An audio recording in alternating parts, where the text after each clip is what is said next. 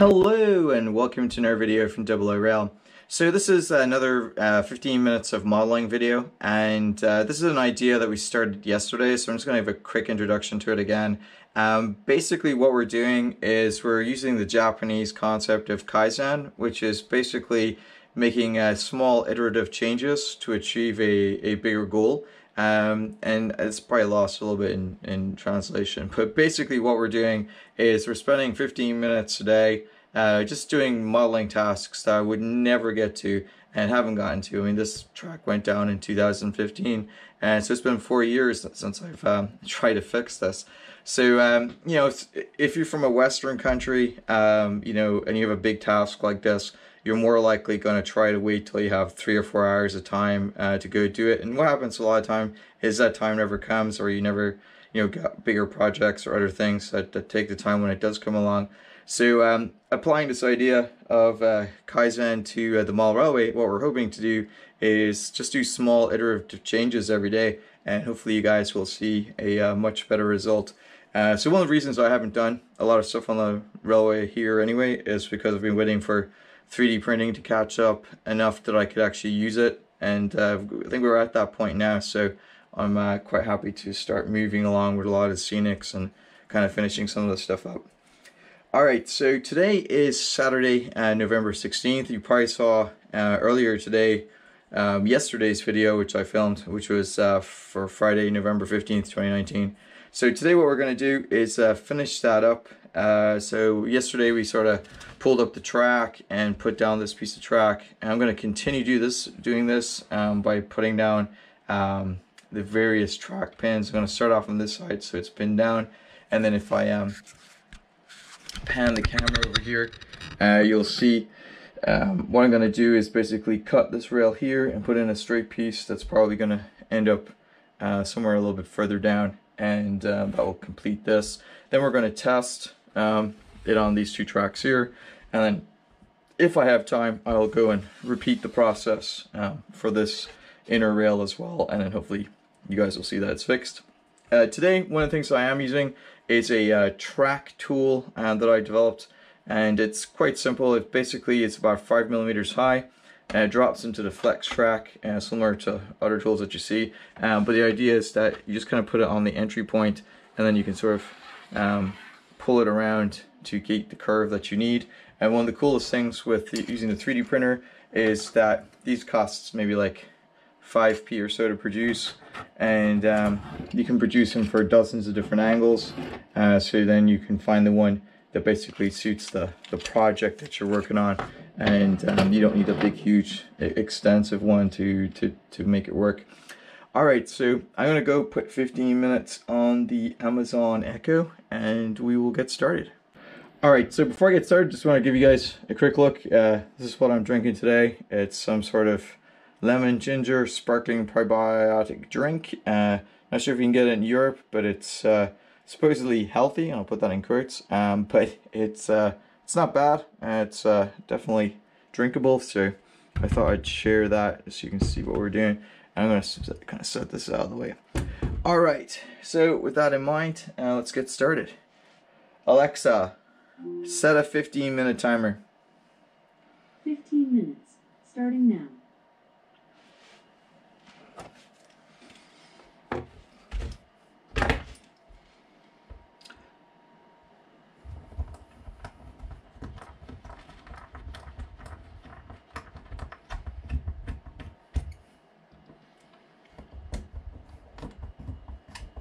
Yeah, so I was thinking about this overnight, and I realized that, you know what, giving yourself 15 minutes to do these modeling projects kind of sort of, especially when you're filming them, you sort of, you know, speed yourself up a little bit. Could be good training if you ever want to go on one of those television shows like the Great Mall Railway Challenge. So one of the things I wanted to do was I wanted to invite people to go ahead, and if they want to join in on this idea and do 15 minutes of their own video on their own YouTube channel. If you've done that, or you start to do that, and you can do it on a daily basis with us, if you shoot over the link in the description or email it to locoshed@oorail.com, I'll actually give you guys a shout out while I am doing these things on the channel in the video, so it would be a good way to share some good channels. And of course I will take a look at your videos first to see what you're doing, so I have something I can comment about while I'm doing the task or whatever here. So not really a whole lot to report. We got some cool projects coming out this week with 3D printing. I've been working on the new Trackside 3D website and store.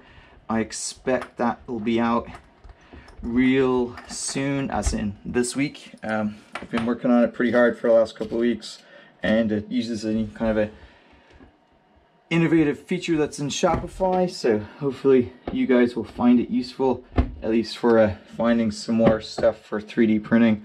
And the whole idea with Trackside 3D is basically just to give you guys something to print at an affordable price. So it's kind of like scale scenes. So you basically download the 3D image file once, or 3D model file once, and then once you've got it downloaded, actually that's not screwed in enough. Once you got it downloaded, you can basically print it out as many times as you want for personal use. So if you download, say like, so you download like one of our Trackside trunking or something like that. If you need 20 lengths of it, you pay for it once, and you can print it out 20 times for your layout, as long as it's for your own personal use. You can knock yourselves out. And it'll save you guys a ton of money, because something like that will cost a few pence to print out at most. If you're doing like 20 lengths of it or whatever. So it's definitely well worth it. So what I'm going to do now is I'm going to move the camera over here because I need to do some Dremel. Okay, so you can see here we've got the track tool in place, basically keeping the shape of the exit part of the track. I'm going to cut this track basically straight as possible. Here, I can use this. So basically what I'm going to do is line this up and just sort of make sure I roughly get it straight, like so. And then we're using a Dremel tool. It's a rotary tool. It's a Dremel 200. It's plugged in and has a low and a high speed. We're going to just be cutting on the low speed, and it should be relatively straightforward. I probably should move this train out of the way, but you know what, it doesn't really matter. I'll try not to get anything on it. So one of the things with the rotary tool is obviously be careful with it and wear eye protection. I've got glasses on, so it should be good to go there.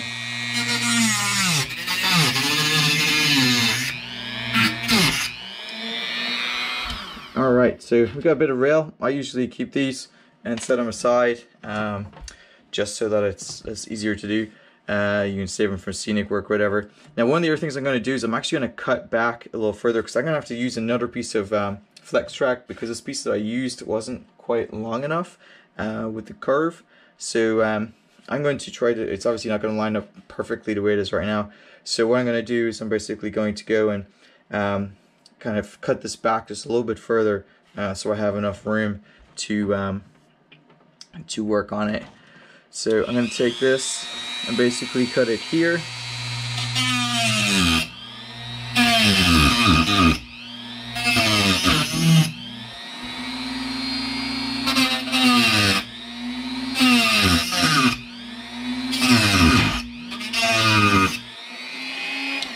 Alright, so we're done there with the Dremel tool. It should be pretty straightforward to basically get this out. Again, we're going to have a little bit of fun time with our pliers. Although today I'm not really going to care about whether or not I damage this, because as I hit the camera, basically because I'm just going to discard this piece of track or just add it to the scrap pile. So I'm not too worried. It's just a piece of flex track. Alright. So, and it was also already damaged, as you can see there from the track when I removed it yesterday. Again, what we're going to do over here is we're going to cut this sleeper out. The reason we're cutting the sleeper out is we need some space there for the fish plates.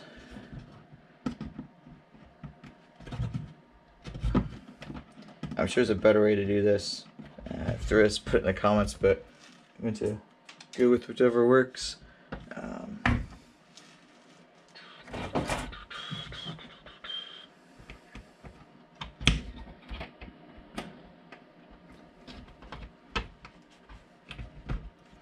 So I have some other projects I want to get done this week, so if I don't get this finished today, I will probably skip it tomorrow and work on one of the other projects just to give you guys a bit of a variety, and we'll get back to this on Monday. Alright, so that's basically cleaned that out. I'll clean that up with a file or something later on. Alright, so next up we're going to get a bit of straight track and measure this up so it goes in here and here, grab some fish plate.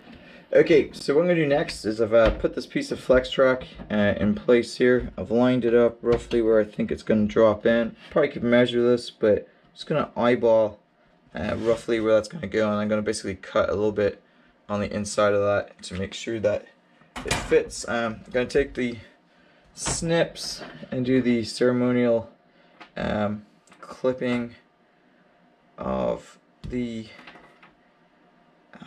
sleepers there and there, and I'm going to cut it there. So these ones can come off because on the ends, the other ones will have to come off after I cut the track. I'm just going to cut this in place on the layout.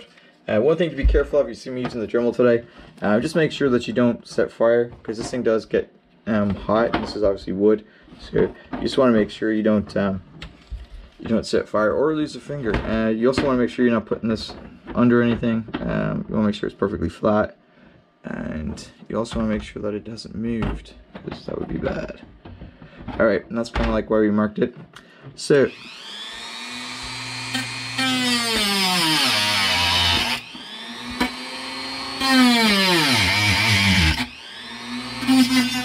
alright, so I'm going to set the other flex track aside, like so, and I do realize I'm probably losing a couple of minutes every time I'm talking about this stuff. Now this hasn't quite come out, so I have to cut it a little bit better.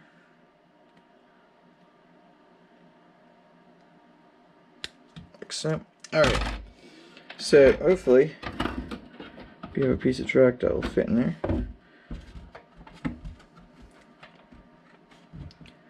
And pretty much, so it's got a little bit of a bend on it, so what we're going to do is use the Dremel tool to sort of shrink that down a bit.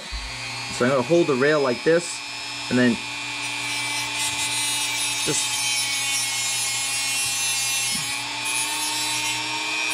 touch the disc.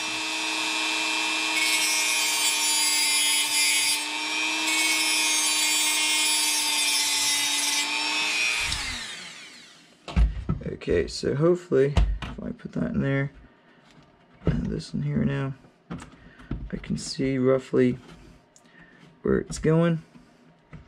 And so I can see here, this rail right here needs a little bit taken off of it. So I'm going to get the Sharpie.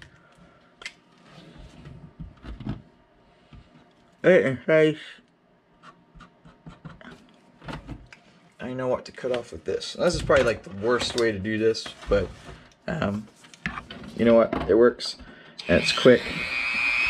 So who cares? Sure, someone will correct me.